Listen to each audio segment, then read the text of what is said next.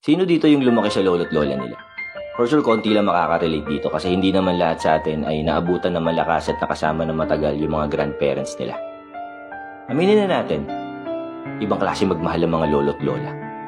Kung ang mga magulang ay isusubo na lang at ibibigay pa sa atin, ang mga lolo't lola, kahit hindi mo kailangan, ibibigay sa'yo.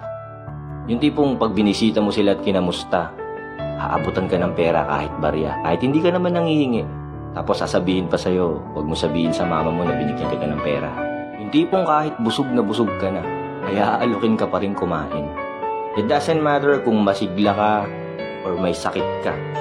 Basta sa paningin ng mga lola't lola natin, payat tayo at kulang sa kain. Apo, ang payat mo ata ngayon, hindi ka ata nakakakain ng tama.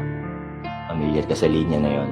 Sila yung sasang-ayon sa'yo sa panahong tinatalikuran at sumasalungot na sa'yo ang lahat. Yung kahit na may kasalanan ka at pagkakamaling nagawa, pagtatanggol ka pa rin at pagtatakpan. Ganun sila magmahal. 12 years old ako nung nawala yung lola ko. Siya yung nag-alaga sa amin mula pagkabata kasi both parents ko ay may mga trabaho. Masasabi kong kami yung naging paborito niyang mga apo. Siyempre, bukod sa araw-araw niya kami nakakasama, napatunayan ko yun nung may mga bumibisita kaming kamag-anak at mga pinsan.